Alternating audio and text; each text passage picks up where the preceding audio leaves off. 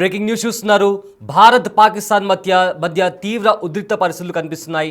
అయితే పహల్గామ్లో జరిగిన ఉగ్రవాది దాడికి ప్రతీకారం తీర్చుకోవాలని కూడా దేశవ్యాప్తంగా డిమాండ్ వినిపిస్తున్నాయి. ఇదే నేపథ్యంలో అటు భారత ప్రభుత్వం ఇటు భారత సైన్యం కూడా ఆచితూచి అడుగులేస్తుంది.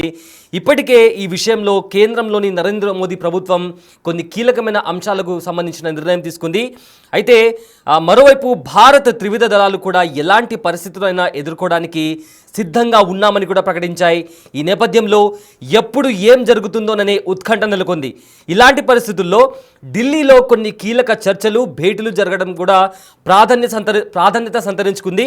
ఒకవేళ పాక్ కవ్వింపుల చర్యలకు ఎలాంటి సమాధానం ఇవ్వాలనే దానిపై కూడా కీలక నిర్ణయాలు తీసుకుంటుంది ప్రభుత్వం. అదేవిధంగా తాజాగా రక్షణ మంత్రి రాజ్నాథ్ సింగ్తో కూడా చీఫ్ ఆఫ్ డిఫెన్స్ స్టాఫ్ త్రివేద దళాధిపతి జనరల్ అనిల్ చౌహాన్ కూడా భేటీ కావడం తీవ్ర చర్చానీయాంశంగా మారింది. పహల్గామ్లో జరిగిన ఉగ్రదాడి తర్వాత ప్రస్తుతం భారత దళాలు తీసుకుంటున్న చర్యలు, సరిహద్దుల్లో ఇప్పటి పరిస్థితుల గురించి వీరిద్దరు చర్చించినట్టు తెలుస్తోంది. ఇక BSF director general Diljit Singh Chaudhary కూడా నార్త్ బ్లాక్కు చేరుకోవడం, మరిన్ని భేటీలు జరగనున్నాయి. సిమ్లా ఒప్పందాన్ని రద్దు చేసుకున్నట్లు ఇప్పటికే దాయిదీ దేశం తెలిపింది. అయితే సరిహద్దుల్లో పాక్ సైన్యం కవ్వింపు చర్యలను పాల్పడుతున్న వేళ ఢిల్లీలో జరుగుతున్న వరుస భేటీలు జరగడం ఇప్పుడు తీవ్ర ప్రాధాన్యం సంతరించుకుంది. అయితే పహల్గామ్లో దాడి జరిగిన తర్వాత చాలా చర్చలు జరుగుతున్నాయి. ఎప్పుడు ఏం జరుగుతుందో అనే ఉత్కంఠ నెలకొన్న నేపథ్యంలో ఇలా ప్రతి ఒక్క high level commanding officer defence మినిస్టర్ని కలవడం, ఒకవేళ ఒక్క పర్మిషన్ ఇస్తే ఏ క్షణంలోనైనా దాడి జరగవచ్చు అనే వార్త వినిపిస్తుంది. అయితే ప్రజెంట్ దీనికి సంబంధించిన మరింత సమాచారం అందించడానికి మా ప్రతినిధి శివ లైవ్లో అందుబాటులో ఉన్నారు. రైట్ శివ, పహల్గామ్లో దాడి జరిగిన తర్వాత పాక్ పైన భారతదేశం దాడి చేస్తుంది అని ఒక చర్చ మొదలైంది. ఈ నేపథ్యంలో డిఫెన్స్ మినిస్టర్ని చాలామంది హై లెవెల్ ఆఫీసర్స్ కలుస్తున్నారు. సో ఏంటి మొత్తం మీద ఏం జరుగుతుంది, అక్కడ ఉన్న పరిస్థితులు ఏంటి? రైట్ సయ్యద్, పెహల్గామ్లోని బైసరన్ వ్యాలీలో కాల్పుల ఘటన జరిగిన తర్వాత ఢిల్లీ వేదికగా కీలక పరిణామాలు చోటు చేసుకుంటున్నాయి. దానిలో భాగంగానే నిన్న కేంద్ర రక్షణ శాఖ మంత్రి సిడిఎఫ్ స్టాఫ్ జనరల్ చౌహాన్ భేటీ అయ్యారు, అనిల్ చౌహాన్ భేటీ అయ్యారు. అంటే సెంట్రల్ డిఫెన్స్ స్టాఫ్ సంబంధించిన కీలక అధికారి భేటీ అయ్యారు.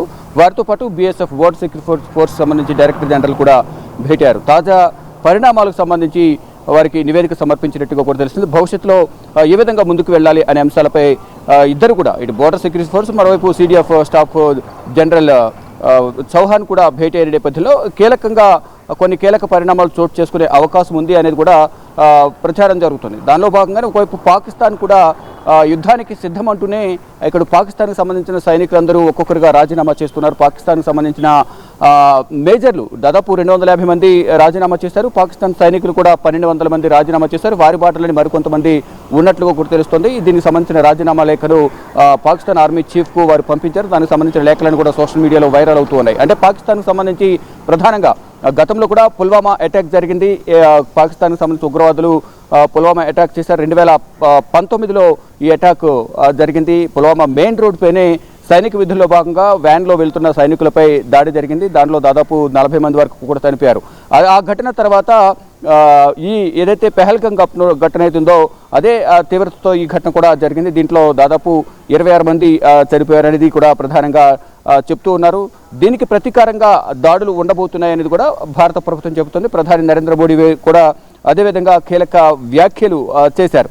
ఇక ఇప్పుడు ఏం జరగబోతోంది, భవిష్యత్తులో భారత్ అన్నిటికీ సిద్ధమవుతుంది. త్రివిధ దళాలకు అన్ని ఆదేశాలు ఇచ్చారు. ఆర్మీ, నేవీ, ఎయిర్ ఫోర్స్ సంబంధించిన అధికారులందరికీ కూడా ఆదేశాలు జారీ చేశారు. ఇప్పటికే ఆర్మీ చీఫ్ విక్రమ్ ద్వివేది అందరికీ కూడా సెలవులు రద్దు చేసి అందరూ కూడా డ్యూటీలో జాయిన్ కావాలంటూ కూడా ఆదేశాలు జారీ చేసిన నేపథ్యంలో వారందరూ కూడా డ్యూటీలో జాయిన్ అవుతున్నారు. ఎప్పుడు ఏం జరగబోతుంది అనేది కూడా పాక్లో వణుకు పుడుతున్న పరిస్థితి కనిపిస్తుంది. దానికి అనుగుణంగానే ముందుగానే ఓటమి అంగీకరించినట్లుగానే ఎవరైతే పాక్ సైనికులు ఉన్నారో వారందరూ కూడా భయంతోనే, అంటే మన దగ్గర యుద్ధానికి సంబంధించిన సామాగ్రి లేదు, ఎటువంటి హెడ్ ట్యాంకర్లు లేవు, కానీ మనం ఇప్పుడు భారత్తో యుద్ధం చేస్తే ప్రాణాలు కోల్పోవడం తప్ప ఎటువంటి ఫలితం ఉండదనే అభిప్రాయం వ్యక్తం చేస్తున్నారు. దానిలో భాగంగానే వారంతా కూడా పాకిస్తాన్ సైనికులందరూ కూడా ఓటమిని ముందే అంగీకరించినట్లుగా భావిస్తున్నారు. ప్రధానంగా చూస్తే ఎక్కడైనా రెండు దేశాల మధ్య యుద్ధం జరిగితే అటు ఆ దేశానికి సంబంధించి ఈ దేశానికి సంబంధించి కంపల్సరీగా యుద్ధంలో కాల్పుల్లో చనిపోయే అవకాశం ఉంటుంది. ఈ నేపథ్యంలోనే వెళ్ళి ఆయుధాలు లేక వెళ్ళి వారితో యుద్ధం చేసి చనిపోవడం కన్నా యుద్ధం మానేసుకోవడమే మంచిది, మనం గెలిచే అవకాశం లేదు అనేది కూడా అంతర్గతంగా వారందరూ కూడా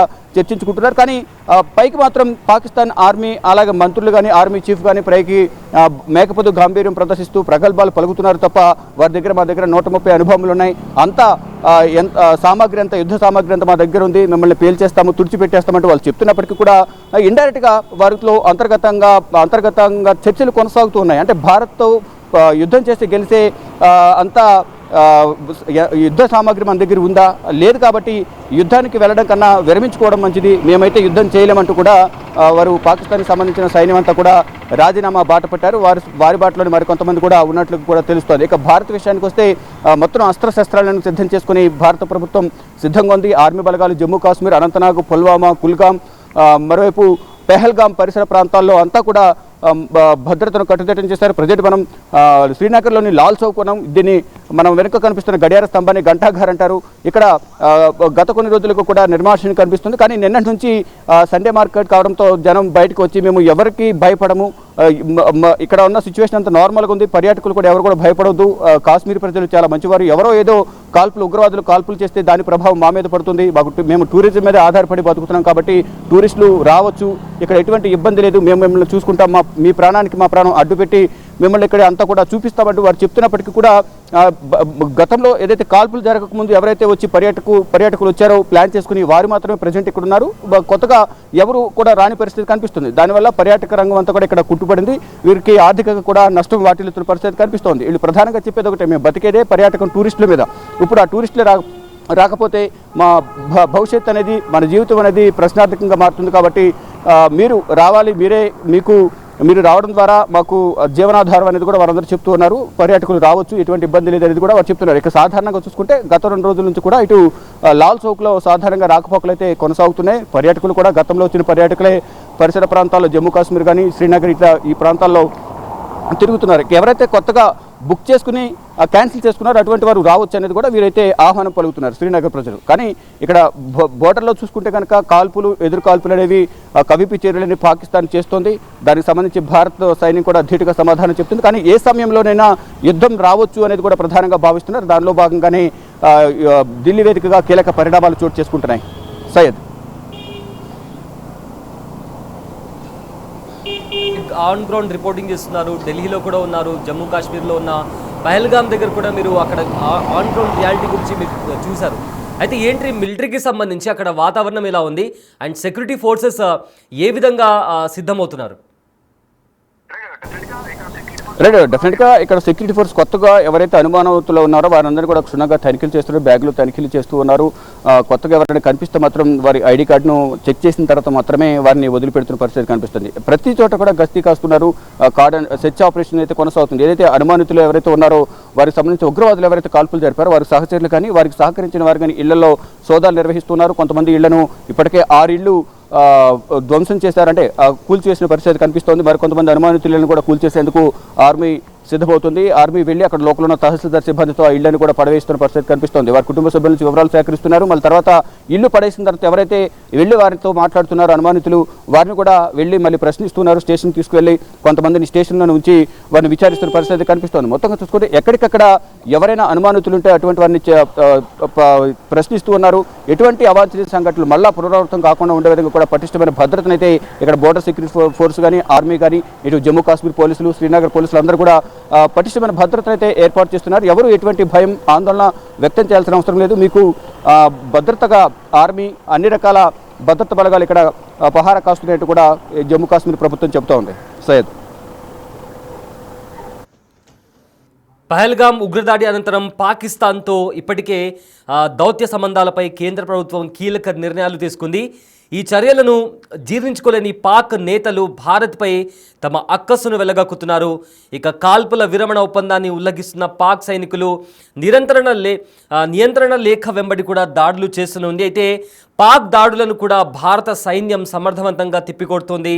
సరిహద్దుల్లో ప్రస్తుతం నెలకొన్న ఉద్రిక్త పరిస్థితుల నేపథ్యంలో పారామిలిటరీ సైన్యానికి ఇచ్చిన సెలవులు కూడా రద్దు చేసింది ప్రభుత్వం. సెలవుల్లో వెళ్లిన వారు వెంటనే తిరిగి వచ్చి జాయిన్ అవ్వాలని కూడా ఆదేశాలు ఇచ్చారు. మరోవైపు జమ్మూ కాశ్మీర్లోనూ భారీగా సైన్యాన్ని మోహరించింది భారత ప్రభుత్వం. ఎలాంటి దాడులనైనా తిప్పికొట్టేందుకు ఇండియన్ ఆర్మీ సర్వంగా సిద్ధంగా ఉందని చెప్పి కూడా ఇప్పటికే పలు పోస్టులను కూడా అఫీషియల్ ఇండియన్ ఆర్మీ పేజెస్లో కూడా మనం చూసాం. అయితే పహల్గామ్లో దాడి తర్వాత ఇండియన్ ఆర్మీ అలానే ఇండియన్ గవర్నమెంట్ ఈ ఉగ్రవాద చర్యను చాలా సీరియస్గా తీసుకుంది. ఎక్కడ దాక్కొని ఉన్నా, ప్రపంచంలో ఏ మూల ఉన్నా కూడా ఖచ్చితంగా వెతికి మరీ శిక్షిస్తామని కూడా ఇప్పటికే భారత ప్రభుత్వం చాలా సీరియస్గా వార్నింగ్ ఇచ్చింది.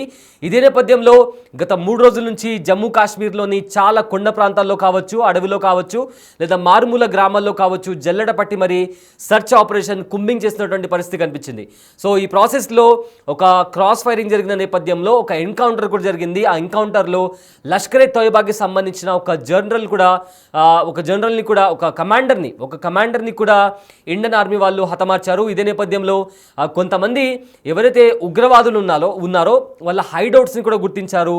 వాళ్ళ డిజిటల్ ఫుట్ ప్రింట్స్ ద్వారా కావచ్చు, లేదా వాళ్ళ హైడౌట్స్ని గుర్తించి ఏవైతే వాళ్ళ స్థావరాలు జమ్మూ కాశ్మీర్లో వాళ్ళ ఇల్లులు ఉన్నాయో అవి కనిపెట్టి కూడా వాటిని ధ్వంసం చేసిన పరిస్థితి కూడా కనిపించింది.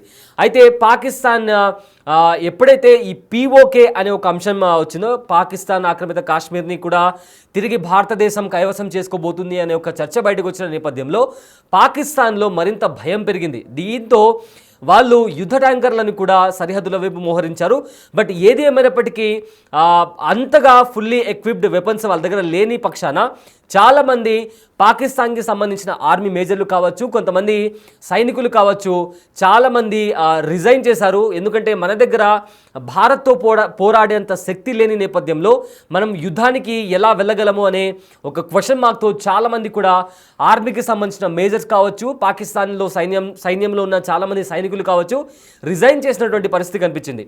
బట్ ఇప్పటికే భారతదేశం చాలా కీలక నిర్ణయాలు తీసుకుంది. సింధీ జలాల ఒప్పందం కావచ్చు, లేదా వాఘా బార్డర్ క్లోజ్ చేసే విషయం కావచ్చు, ఇక్కడ పాకిస్తాన్ కమిషన్కి విషయానికి సంబంధించి కావచ్చు, ఈ 48 గంటల్లో పాకిస్తాన్ హై కమిషన్తో పాటు ఎవరైతే పాకిస్తాన్ వాళ్ళు వీసా తీసుకొని ఇండియాలో ఉన్నారో వాళ్ళ వీసాని కూడా క్యాన్సిల్ చేస్తున్నాము, ఇమీడియట్గా ప్యాకప్ చేసుకొని ఇండియా వదిలిపెట్టి వెళ్ళకపోతే కఠిన చర్యలు తీసుకుంటామని కూడా ఇప్పటికే ఇండియన్ గవర్నమెంట్ చాలా సీరియస్గా వార్నింగ్ ఇచ్చింది.